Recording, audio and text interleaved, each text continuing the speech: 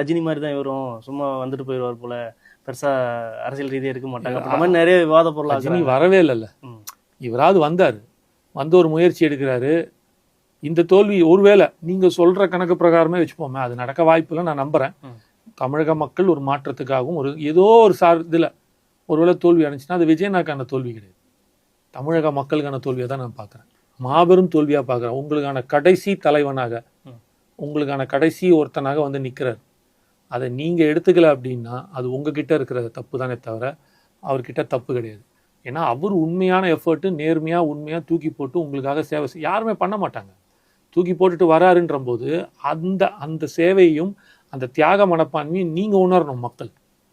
மக்கள் உணராமல் சும்மானாக்கும் வந்து தேவையில்லாத ஒருத்தனுக்கு வாக்களிச்சுட்டு அதுக்கப்புறம் ஐயோ வயிறு குத்துதே குடையுதே அப்படின்னா உங்கள் ஃபால்ட்டு. நீங்கள் தவறாக ஒருவனை தேர்ந்தெடுத்து விட்டு அவர்களை குறை சொல்லக்கூடாதுல்ல.